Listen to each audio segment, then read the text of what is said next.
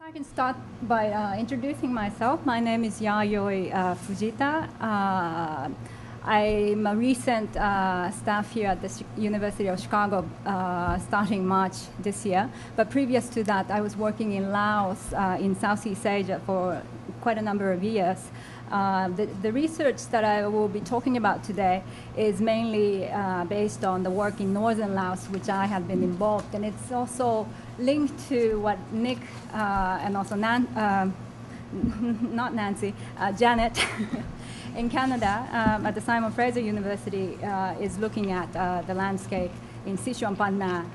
The area of my research is adjacent to Sichuan-Panna, and in the recent years, there's more and more transition from Swidden-based agriculture system towards a commodity-based agriculture system.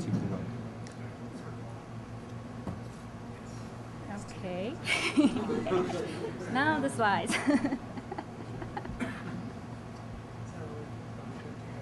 Anyways, the research that I have been working on in northern Laos, I have been working with members of researchers at the Faculty of Forestry at the National University of Laos.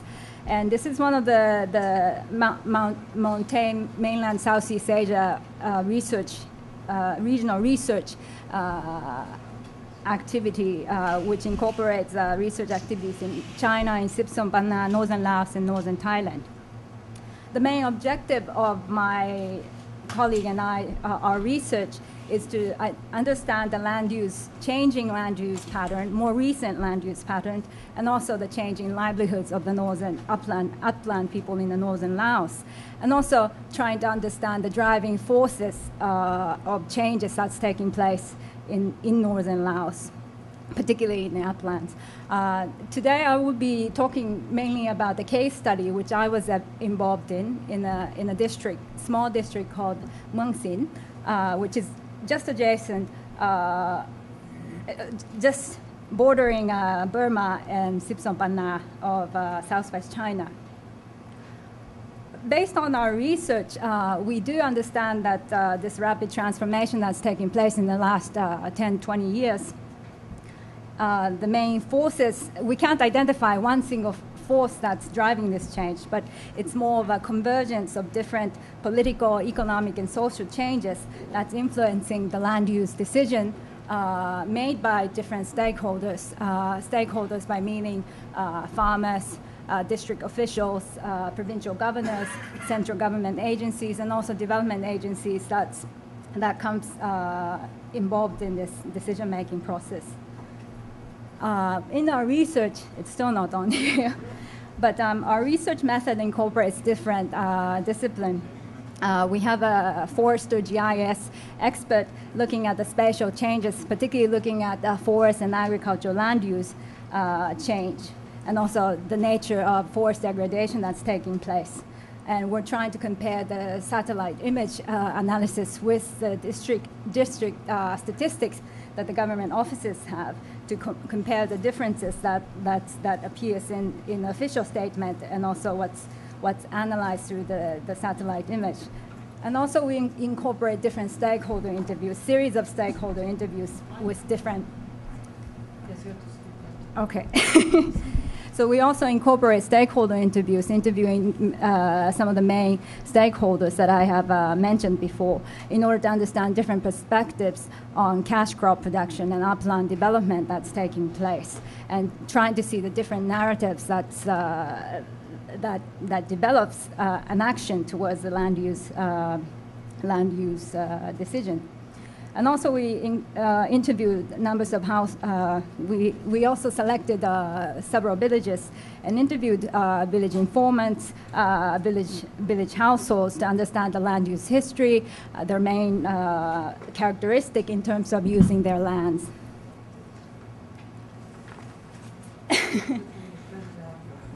Okay. There we go. So here's a picture of northern Laos in Luang Namtha province, northwest bordering Burma and China, and the main cash crop, emerging cash crop these days is rubber. So you can see in the middle, one of the early sort of a pioneer rubber village called the Hat Nhau village, a Hmong village, a farmer cultivating rubber. However, it's a fairly recent crop that was introduced in the late 1990s. So you can see that previously Laos, the majority of the land area in Laos, 80% of the land is sloping land. So of course, the rural farmers, many of them were engaged in Swidden agriculture practices. However, this is rapidly changing. In northern Laos, we see many of the, not only the lowland farmers, but the upland farmers increasingly are becoming involved in cash crop production, namely maize, sugarcane, even bananas, and also rubber. And the reason why these cash crops are being produced right now is because of the growing regional demand in Thailand, Vietnam, and China, and also the increasing incorporation of this region into the regional and global market. Particularly, many of you are familiar with the geopolitics of this region. Up until late 1980s, there was a great political tension between socialist countries in the Southeast Asia and the non-socialist countries like Thailand. And following the late 1980s, when the political tension began to ease, there was an increasing assistance and effort to cooperate across the region. This is represented by the recent efforts supported by international banks like ADB to establish the greater Mekong region. So there's a lot of infrastructure development that's taking place and also institutional development that's facilitating regional trade. And as I said, rubber was initially introduced in Laos during the French colonial period, experimentally in southern part of Laos, but not in northern Laos. And also, up until 1970s, 80s, there were a few farmers that experimented rubber, but more or less sporadically, and it never took off. But in the 1990s, with the opening of the regional border with China, numbers of farmers began to experiment rubber, and particularly began to tap in the early 2000s. And at this time, the price of rubber in the global market started to increase. So one of the pioneer farmers that started to make profit from this rubber, they were considerably making a profit that was unseen before. And since this time, around 2002, 2003, government agencies began to take notice of this and started to promote rubber, particularly with collaboration with foreign investors from China, Vietnam, and Thailand. However, if we look back at the government policies from the 1970s, there has been a series of government policies that try to influence the way upland land was used. Ideologically, shifting cultivation was considered to be a backward form of agriculture practice. So the Communist Party in the 1970s, late 1970s, tried to promote people to not become engaged in shifting cultivation, but try to intensify agriculture in the lowland areas and other places. And also, later on, the government tried to consolidate remote, isolated rural villages so that they can concentrate development in certain areas within the provinces. This was also linked with, in the 1980s, late 1980s and 1990s, to to promote decentralized development in local areas. And also, there was government policy that tried to eradicate opium or regulate the production of opium in upland areas. However, this was related with campaigns at the international level, where agencies such as UNODC USAID and other bilateral agencies try to promote this alternative to opium cultivation in this region. Another important international intervention in terms of policy, influencing the government policy in Laos, is the notion of alleviating rural poverty. And so this became one of the goals of the government Laos to promote increasing incorporation into the market economy. And also, in order to do that, government also began to update investment laws, particularly for the foreign direct investment, starting in the 1990s. Perhaps some of you, I know Jeff and Nick has been to Muang Sing, but perhaps some of you are familiar with this part of Region 2. Sing District is located in the northwestern province of Laos, bordering Burma and China, and it's quite famous for being a sort of a Thai, ethnic Thai principality or a region that was managed even when the French colonialists came to visit this region in the late 18th century. It's mountainous and it's highly ethnically diverse. It's not so poor according to the provincial standard because of the valley lands that are there for paddy rice production. However, in the upland areas, many of the Aka ethnic minorities are living below the poverty line. And particularly between the mid-1990s and 2000, government began to strengthen their effort to consolidate the upland mountainous villages into a lower elevation where they can provide public services, including health clinics, education, clean water supplies, and such. And so you can see that the numbers of Aka villages have reduced quite a bit in this 10-year period of time, while other ethnic groups, they live in a more or less same area.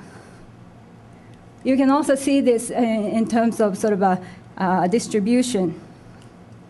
And another thing is that over the last 10 years, due to this consolidation efforts that was introduced, a lot of the mountainous villages have actually moved down and consolidated with existing or nearby existing villages along the roadside in particular. The red line indicates the road networks in this district. And again, you can see that Aka people who dominate the mountainous region are one of the people who were most affected by this policy. Based on the spatial analysis, we can see that over the course of about 30 years or so, we can see that the dense forest area has been declining while secondary forest area has increased. And also, you can see that the agricultural land is increasing, particularly between the years 2000 and 2004. You can see a notable increase of upland agriculture. What the district according to the district statistic, they also seem to confirm that the agricultural land areas are increasing, particularly for the paddy rice area. The productivity of the paddy rice hasn't changed so much, even despite the introduction of irrigation and other agricultural technologies. However, the area has expanded. On the other hand, the district statistics indicate that the upland rice cultivation area has declined dramatically,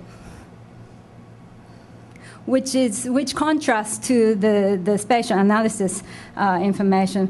But what is happening, if you look at other cash crops that are mainly produced on upland areas, such as sugarcane, maize, banana, others, I think others include things like cassava. But you can see that the rubber is increasingly expanding. And where it is expanding, particularly, this is a picture of Luang Namtha. You can see the sort of a line of road but particularly areas along the road in the gradual slopes where people used to use this area for Swidden and also an extensive areas of fallow forest land are being converted into cash crop production land. And currently, those light brown patches on the hillside, those are the new areas of rubber plantation, mainly planted by the local farmers. And so in the next 10 years, 20 years from now, perhaps the landscape, general landscape of areas such as this might turn into something that Nick had shown in the last presentation. And now, why, I won't go into the details of how the different ethnic groups and their households are making their diverse livelihood basis, but perhaps I will go into this decision of why people are switching into rubber. If you compare the sort of the productivity of rubber, this is calculated in terms of monetary terms, and then compared with other crops, particularly with upland rice, maize, soybean, sesame, rubber seems to yield much higher economic benefit.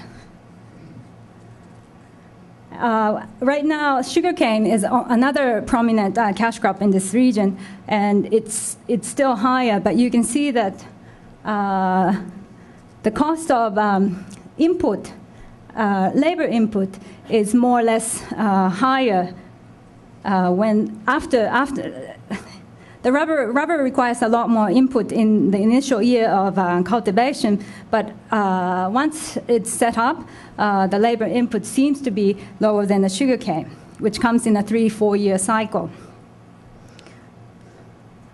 And then in terms of investment, sugarcane requires higher investment compared to rubber. And so perhaps farmers are thinking in terms of long-term investment and calculating their costs in the long term. Here are some farmers' sort of a general perspectives. One of the main motivation for some of the farmers expressed that one of the main motivation for them to switch from upland rice to rubber was that their relatives in China, who they began to become in contact in the early 1990s when the bilateral relationship between China and Laos relaxed, they became wealthy after planting rubber in the 1980s. Some of them expressed that it was a long-term investment, and they were planting for children so that they can have a steady income rather than they themselves benefiting in the short term. And they also, some of the farmers also expressed that the yield of rice, particularly upland rice, in the current setting was already so low that it was better to convert into something other than upland rice. And some were saying that they had access to fallow lands, and rubber grows very well on fallow lands because they don't have to put in any fertilizers. They can utilize the natural nutrients by burning the forest areas. Some are still experimenting, but it's also interesting that some of the farmers are expressing a sense of anxiety. If we don't plant now, others will plant it. And so there's a sense of anxiety that they will lose access to fallow and forest land. There are different agencies that's involved in planting rubber. District authorities, they were not initially promoting rubber. I'll try to keep my time.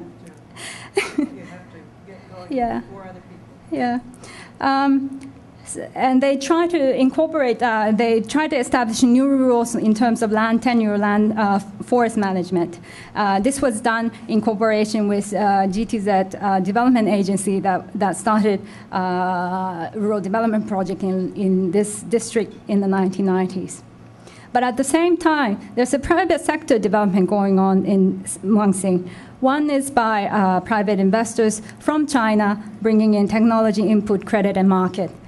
And on the other, within that private sector, there's also a group of farmers, Lao farmers, that have experienced series of cash crop production, including maize, sugarcane that we saw, and now venturing rubber as they gained more confidence in cash crop productions.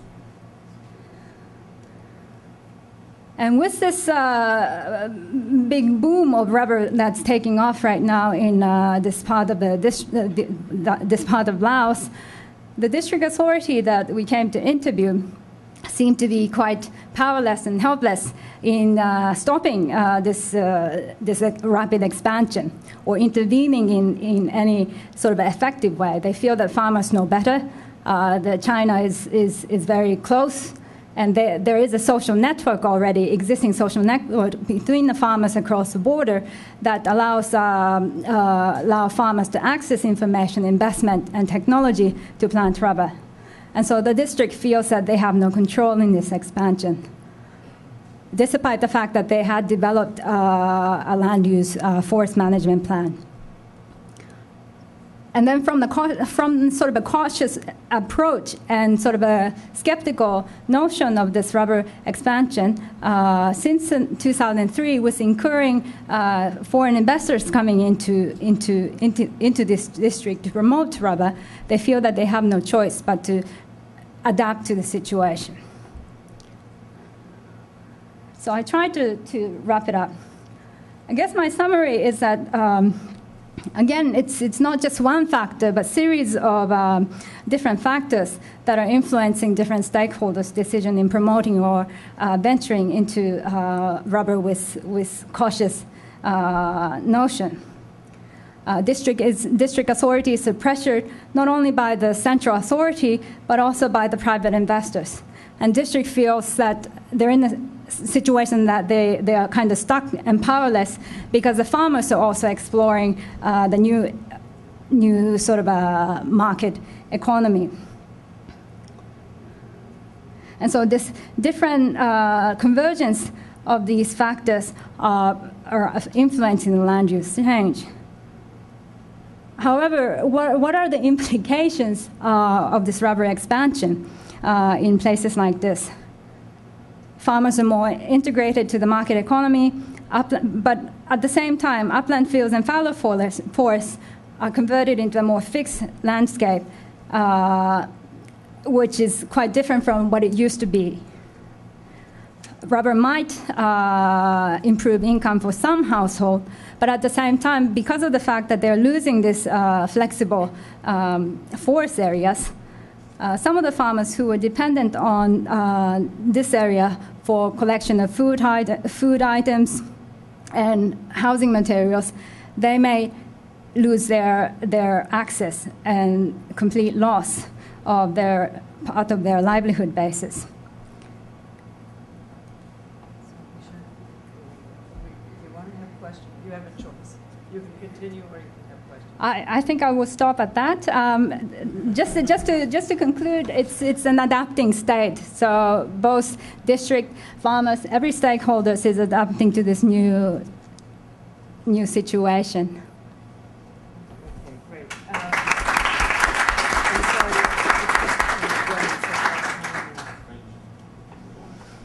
I think it's just getting plugged in. I'll agree. If Laos does see a big shift from forest fallow to rubber, then there will be interesting ramifications about how the wider world knows about this.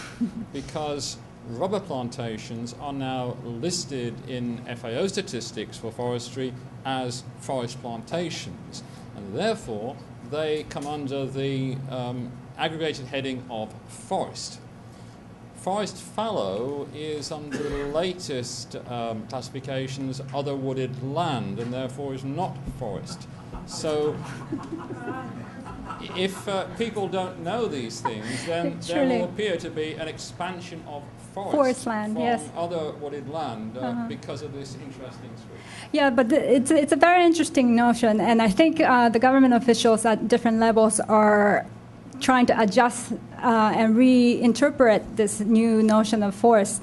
However, the areas in which the rubber is currently planted is considered to be an agricultural land, not a forest land.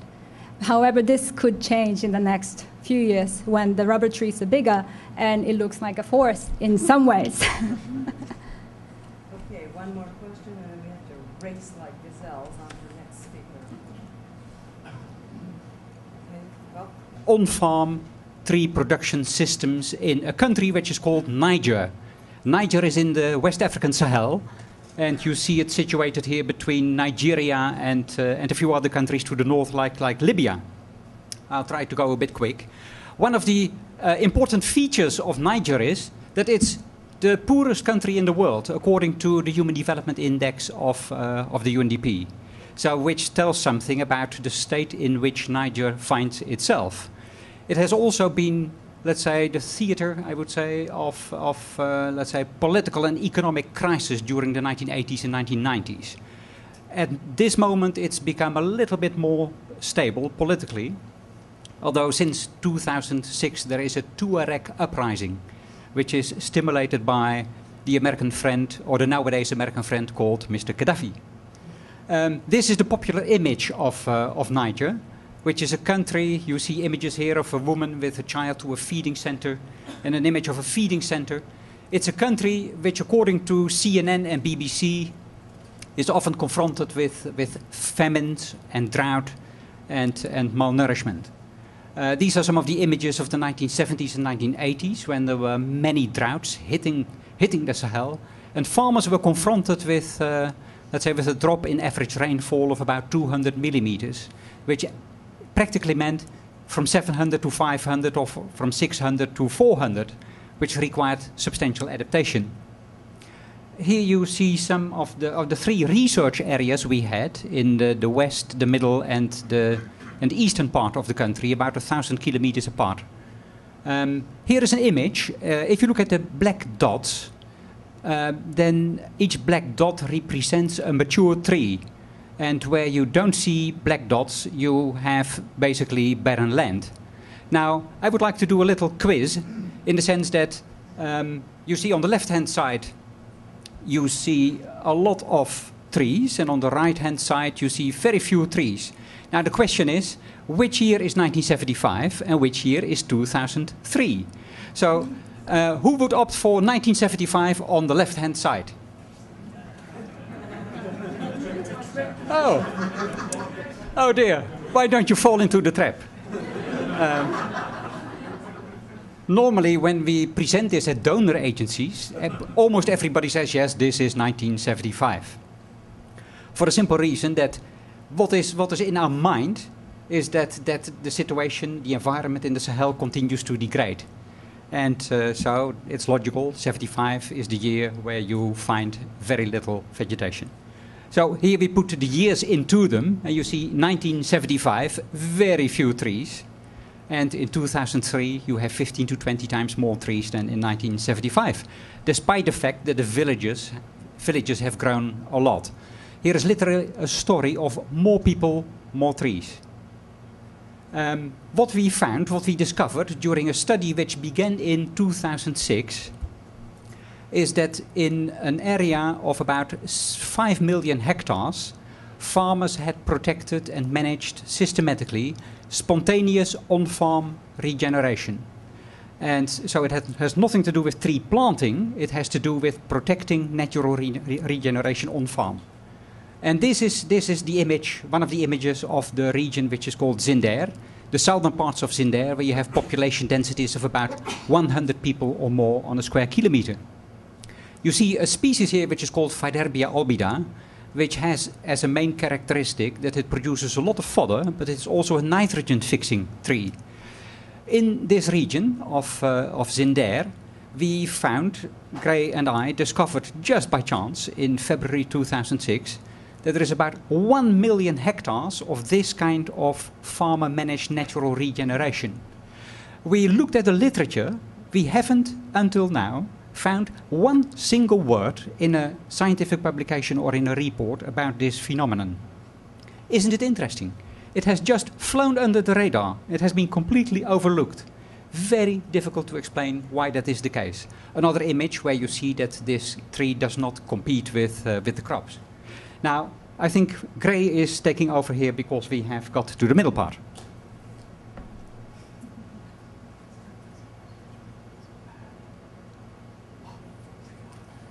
"20 minutes each, right?" Oh, just kidding. Just kidding. But you are speaking fast. Yeah, well, I'll be brief. Yeah, I'm Gray Tappan, U.S. Geological Survey. Worked with Chris in Burkina, Mali, and Niger for the last 7 or 8 years. So, I supported the physical geography, fieldwork, and some of the fieldwork, and let's bring it up. There we go. That's better. And the remote sensing part, so I'll start with the remote sensing part. Here we used a small light aircraft and did a lot of very low-tech remote sensing, basically a camera, a GPS, and a Cessna 180. And did, for not very much expense, covered many hundreds, if not thousands,